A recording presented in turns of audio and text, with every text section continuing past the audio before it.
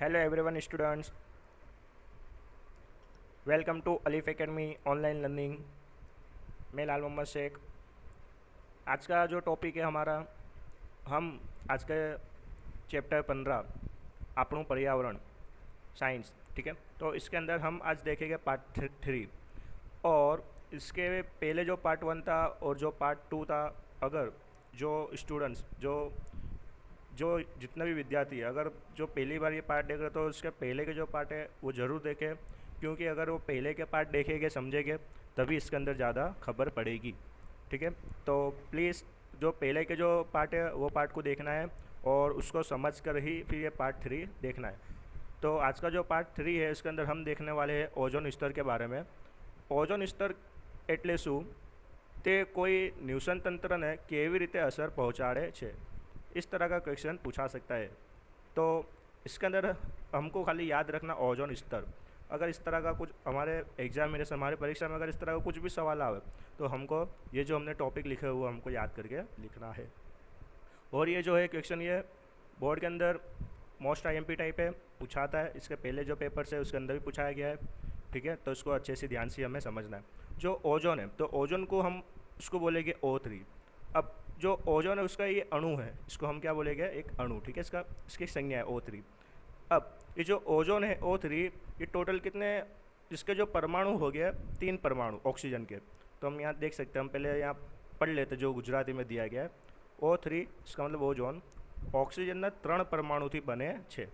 तो ऑक्सीजन के जो 3 परमाणु हो गए O+O+O, टोटल कितना हो गए O3। तो 3 जो परमाणु हो गए उससे क्या बनेगा, ओजोन बनेगा। चलो अब हम देखेंगे उसके बाद, જ્યારે सामान्य ऑक्सीजन में 2 परमाणुओं હોય છે, ठीक है। तो हम जो हमारे जो जीवन है, हमारे जो पृथ्वी के अंदर हम जितने भी सब रहते हैं लोग, सब मानवी, तो सब मानवी को जीने के लिए आवश्यक जो है वो ऑक्सीजन ज़रूरी है। और ऑक्सीजन के अंदर कितना होता है, तो O2 होता है, O+O, ठीक है। तो यहाँ तक हमको खबर पड़ी कि सर आपने जो बताया ओजोन स्तर, तो ओजोन स्तर में क्या होगा, उसकी एक संज्ञा क्या है O3। तो इसके अंदर कितना हो गया, 3 O हो गए, तो क्या होगा O3, ठीक है। और ये जो ओजोन है ये ऑक्सीजन के कितने 3 परमाणु से बना हुआ है, ठीक है। और हमको जीने के लिए, हम जितने भी सब मानवी है, हम सब जितने भी जीवन सृष्टि है, हमको जीने के लिए हमको O2 की ज़रूरत होती है और हमारे श्वसन के लिए भी वो ज़रूरी है। तो ये जो ओजोन होगा, ये ओजोन हमारे पृथ्वी के ऊपर, हमारे जो पृथ्वी का जो स्तर उसके ऊपर देखा जाएगा। स्ट्रेटोस्फियर हम उसको इंग्लिश में बोल सकते हैं, स्ट्रेटोस्फियर। तो ये वहाँ पर होता है। और ये क्या करता है, तो जो ओजोन स्तर है हम यहाँ देखते हैं थोड़े फोटोज़ द्वारा। तो ये जो ओजोन स्तर है हमारे पृथ्वी के ऊपर एक रक्षण तरीके काम करता है। तो और ये जो है ओजोन, ये एक तरह का हमारे जीवन के लिए विष साबित भी हो सकता है। विष का मतलब जहर, हमारे लिए कैसा है, एकदम जोखिम कारक भी है। तो ये क्या करेगा, ये हमारी जो पृथ्वी है उसके ऊपर एक रक्षण का काम करेगा पूरा, ठीक है। और इसके देखो 3 किरणें दिख रही है, अपने जो सूर्य है उसमें से कितने 3 किरणें दिख रही है, UV, ultraviolet A, ultraviolet B, ultraviolet C. तो ये जो 3 किरण है, ठीक है। और जो 3 किरण में से जो ओजोन है वो क्या करेगा, तो इसके जो ऑक्सीजन के जो 2 परमाणु है उसका क्या कर देगा, शोषण कर लेगा, ठीक है। तो हमको फिर सिर्फ क्या देखना मिलेगा, O। तो जो हमारे जो पृथ्वी के अंदर हमको जो प्राप्त होगा वो क्या मिलेगा, हमको ऑक्सीजन प्राप्त होगा। तो इस तरह जो है ओजोन का पूरी जो प्रक्रिया वो हमको देखने मिलेगी। तो ओजोन हमारे पृथ्वी के पे कौन सा कार्य कर सकता है, तो एक रक्षण का कार्य कर सकता है। और अगर डायरेक्ट हमको ओजोन अगर प्राप्त होगा, ठीक है, सब मानव को, तो उसी त्वचा को कैंसर भी हो सकता है और इसके अलावा हमको बहुत सारी भी प्रॉब्लम भी हो सकता है, हमको उसका सामना भी करना पड़ सकता है। कि जो ओजोन है वो हमारे लिए कैसा होगा, एक जहर साबित हो सकता है, हमारे लिए जोखिम साबित हो सकता है। इसका जो हम श्वसन या ये अगर जो हमारे ऊपर पड़ा तो, ठीक है। चलो उसका आगे, परंतु वातावरणના ઉપલા સ્તર માટે સુરક્ષાનું કામ કરે છે, ठीक है। तो ये हमने अभी फोटोज़ में समझा। उसके बाद हम देखते हैं नेक्स्ट टॉपिक, તે સૂર્યમાંથી આવતા પારજાંબલી કિરણોથી પૃથ્વીને રક્ષણ આપે છે। तो सूर्य के अंदर क्या होते हैं, पारजांबली किरण होते हैं। तो हमने जो अभी देखा था वही पूरी प्रोसेसिंग की यहाँ पे बात चल रही है, तो हमको ये याद कर लेना, ठीक है टॉपिक। चलो उसके आगे देखते हैं। आ पारजांबली किरणों सजीवों માટે ખૂબ જ हानिकारक है। तो जो ऊपर से जो आते हैं तीन ultraviolet A, ultraviolet B, ultraviolet C. तो ये तीन जो किरण है हमारे सजीव के लिए कैसे होगी, एकदम हानिकारक होगी। ठीक है, चलो उसके अब उदाहरण तरीके हम देखेंगे पारजामली किरण का। उदाहरण तरीके अगर मानव त्वचा में कैंसर उत्पन्न કરી શકે છે, अगर ये डायरेक्ट पड़ेगा, अगर हम इसका डायरेक्ट उपयोग में लेंगे तो हम हमारी जो त्वचा, हमारी जो चमड़ी है उस पर कैंसर भी हो सकता है हमको। ठीक है, तो ये हमारे लिए हमको ध्यान रखना है। વાતાવરણના ઉત્તરમાં પારજાંબલી કિરણોની અસરથી ઓક્સિજનમાંથી ઓઝોન મળે છે।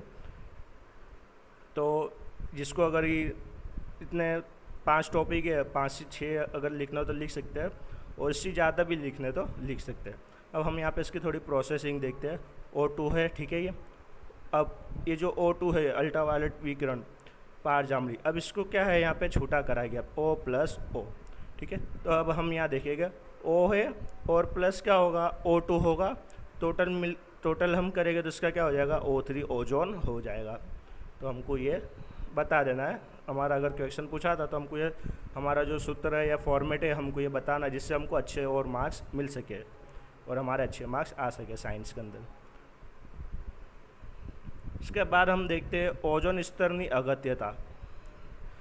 अब ओजोन स्तर हमारे ऐसी कौन सी चीज़ों के लिए हमारे लिए अच्छा होगा या हमारे लिए अगत्यता है उसकी, तो हम देखेंगे इसके अंदर सूर्यमांथी आवता पारजांबली યુવી કિરણો સામે ઓઝોન સ્તર પૃથ્વીની ફરતે રક્ષણાત્મક આવરણ બનાવે છે। तो ये पहली हमको अगत्यता देखने मिल रही है इसकी, हमको ज़रूरियात कि जो सूरज में की जो किरण है उसमें से जो अल्ट्रावायलेट जो किरण आती है उसके सामने जो ओजोन स्तर है वो हमारे एक रक्षण का कार्य करेगा। उसके बाद हम बात करते हैं ओजोन सजीवों माटे हानिकारक टूकी लंबाई धरावता पारजांबली किरणों शोषण करे छे। तो जो ओजोन है वो जो सूरज की जो पारजांबली जो किरण आएगी उसका शोषण करेगी हानिकारक, और हमको रक्षण पूरा पाड़ेगी। फिर हम लिख सकते हैं बाद में आम पृथ्वी पर बधा जीवों रक्षण करे छे। जो ओजोन है वो सबका क्या करेगा, रक्षण करेगा। तो इस तरह हमने ये अलग क्वेश्चन समझा पूरा। और इसके बाद हम देखते हैं नकामा कचराना प्रकारों वर्णो। नकामा कचरा किसको बोलेंगे, जो हमारे उपयोग का ना हो उसको हम बोलेंगे नकामो कचरो। तो अगर पूछा हुआ तो हम इसके बारे में भी अच्छे से लिखेंगे, और बहुत इजी है ये क्वेश्चन और इसका आंसर भी बहुत इजी है। तो हमारे इसमें बैठे फुल में से फुल मार्क्स हमको मिल सकते हैं। तो हम सबसे पहले देखेंगे नकामो कचरो के बारे में किस तरह लिखना है। बिन उपयोगी વધારાની वस्तुओं के घरगथ्थु नकामी चीज़ वस्तुओं ने कचरो कहे छे।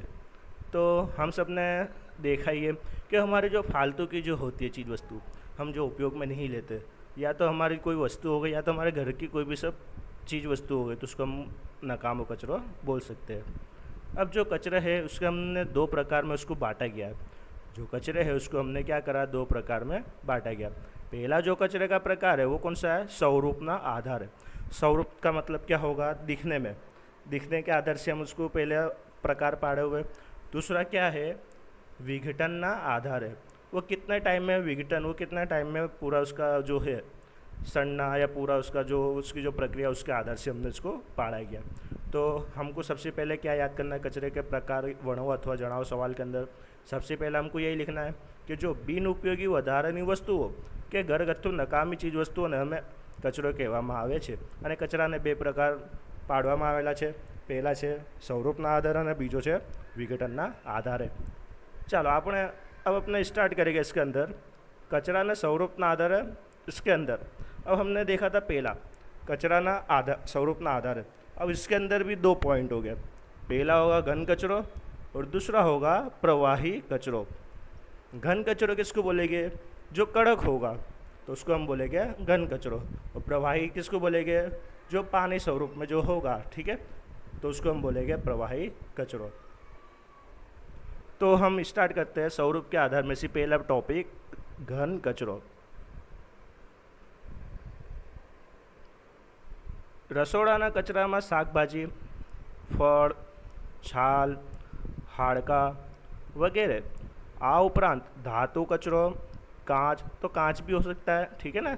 धातु लोखंड भी हमारे जो होते हैं फालतू कचरे में हो सकता है। प्लास्टिक, ये भी कैसा होगा, घन होगा, कड़क। पॉलीथीन भी एक प्लास्टिक का प्रकार, ये भी कैसा होगा, कड़क होगा, ठीक है। तो ये सब किस में गिनाएंगे, तो घन कचरों में गिनाएंगे। अगर ये बोर्ड के अंदर ट्विस्ट हो गया भी पूछा हो तो हमको अच्छे से समझना है, कहीं से कुछ भी पूछा हो तो हमको आना चाहिए, ठीक है। कि घन कचरो एटले शू, सेक्शन ए में हेतुलक्षी के तरीके से अगर पूछा सकता है 1 मार्क्स में, तो भी हम इसको अच्छे से अटेंड करते हमको आना चाहिए। उसके बाद हमारा दूसरा पॉइंट स्वरूप आधार के अंदर प्रवाही कचरो। प्रवाही कचरो के अंदर हम देखेंगे हमको क्या लिखना है। ઘન કચરાની સરખામણીએ પ્રવાહી કચરાનું વિસ્થાપન અને તેની हेरफेर सरलताથી થાય છે। तो इसके अंदर इन्होंने क्या बोला है कि जो घन कचरा है वो कैसा होता है, एकदम कड़क होता है, थोड़ा वजन में भी होता है, ठीक है। और जो प्रवाही कचरा है उसकी सरखामणी में कैसा होगा, सरलताથી हेरफेर કરી શકાય છે। सरलता से एक जगह से दूसरी जगह ले आ सकते हैं। उदाहरण तरीके गंदू पानी, तो गंदू पानी पाइप द्वारा एक जगह से दूसरी जगह पे जो कचरा हो जा सकता है सरलताથી, ठीक है। चलो अब हम बात करेंगे विघटनना आधारे। तो विघटन के आधार में हम देखेंगे यहाँ पे पहला है विघटन के आधार में जैव विघटनीय कचरो, और दूसरा कौन सा है, जैव अविघटनीय कचरो। तो हम देखेंगे इसके अंदर पहला टॉपिक जैव विघटनीय कचरो किसको बोलेंगे। तो जे कचरो जैविक प्रक्रिया एटले के, अब जैविक प्रक्रिया का मतलब क्या होगा कि जो जीव हो, जो सजीव उनके द्वारा जो होता है उसको बोलेंगे हम जैव विघटनीय कचरो। तो यहाँ पे देखते हैं जीवाणु के मृतोपजीवों द्वारा विघटन કરી શકાય તેને जैव विघटनीय कचरो कहे છે। जो सजीव द्वारा जो धीमे धीमे जो इसका विघटन करा जाएगा उसको हम बोलेंगे जैव विघटनीय कचरो। तो जैसे कि हम बात करते हैं यहाँ पे उसके अंदर कौन सा कचरा आ सकता है, तो शाक भाजी आ सकती है, फल आ सकता है, तो इसको हम बोलेंगे जैव विघटनीय कचरो। ये क्या होगा, ये जल्द से जल्द इसके थोड़े समय में विघटन पर क्या होगा, पूरा सड़ जाएगा, नहीं पूरा इसकी जो भी पूरी प्रक्रिया जल्द से जल्द हो जाएगी, इसमें हमको कुछ प्रॉब्लम देखने मिलेगी नहीं, ठीक है, जैव विघटनीय कचरों के अंदर। दूसरे हम बात करते हैं जैव अविघटनीय कचरो। तो जैव अविघटनीय कचरों का मतलब हम पहले शॉर्ट में समझ लेते हैं कि जो सजीव प्रक्रिया द्वारा जो सजीव छोटे छोटे जो हो गया विघटक, उनके द्वारा उसका जल्दी से विघटन नहीं होता हो, जल्दी से इसका सॉल्यूशन नहीं आता हो, तो उसको हम बोलेंगे जैव अविघटनीय कचरो, ठीक है। तो अब हम देखते हैं इसकी व्याख्या। जे कचरो जैविक प्रक्रिया एटले के जीवाणु के मूर्तोपजीव, हमने जो देखा था वही ये पूरी व्याख्या, इसके अंदर सिर्फ न लगाना है अंदर, ठीक है, व्याख्या के अंदर। तो हम समझते हैं जीवाणु के मूर्तोपजीवों द्वारा विघटन न करी शकाय तेने जैव अविघटनीय कचरो कहे छे। जिसका हम विघटन नहीं कर सकते, जिसका हम जल्द से जल्द सॉल्यूशन नहीं ला सकते, उसको हम बोलेंगे जैव अविघटनीय कचरो। उसके बाद हम देखते हैं नेक्स्ट आगे का टॉपिक, आगे की हम बात करेंगे इसके अंदर।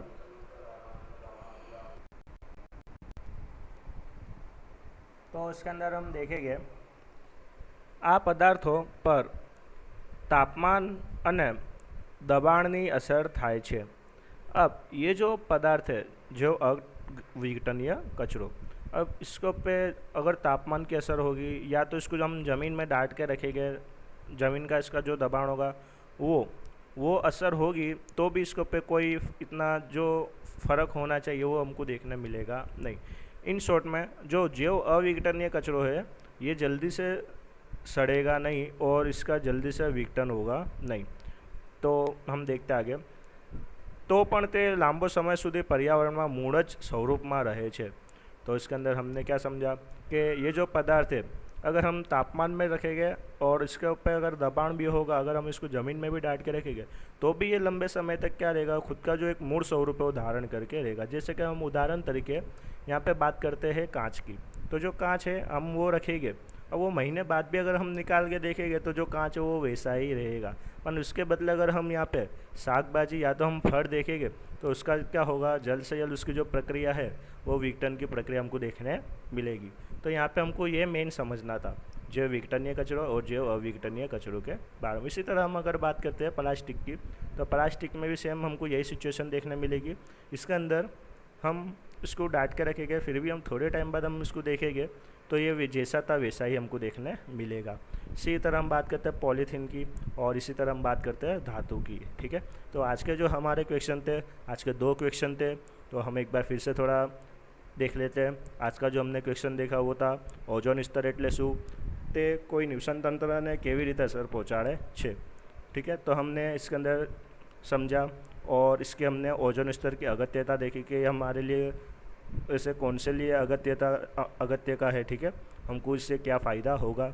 और हमने दूसरा कौन सा सवाल देखा था, तो नकामा कचराना प्रकारों जनाओ। जो नकामा कचरे के कितना प्रकार थे, 2 प्रकार थे। कौन से, स्वरूपना आधार और विघटनना आधार। जो स्वरूपना आधार थे उसके अंदर कौन से थे, तो घन कचरो और प्रवाही कचरो। और जो विघटनना आधार थे उसके अंदर कौन से थे, तो जैव विघटनीय कचरो और जैव अविघटनीय कचरो, ठीक है। तो जो स्टूडेंट्स हमारे इस चैनल पे नए हैं, ज्वाइन हुए हैं, तो वो सबका खूब खूब आभार। और जो स्टूडेंट अभी देख रहे हैं, तो उन्हें अगर हमारे इसी यूट्यूब चैनल पर नई नई वीडियोस अभी और आने वाली है, मैथ्स की, साइंस की, और इसके अलावा एसएस की और इंग्लिश की, स्टैंडर्ड 10 की सिर्फ, ठीक है।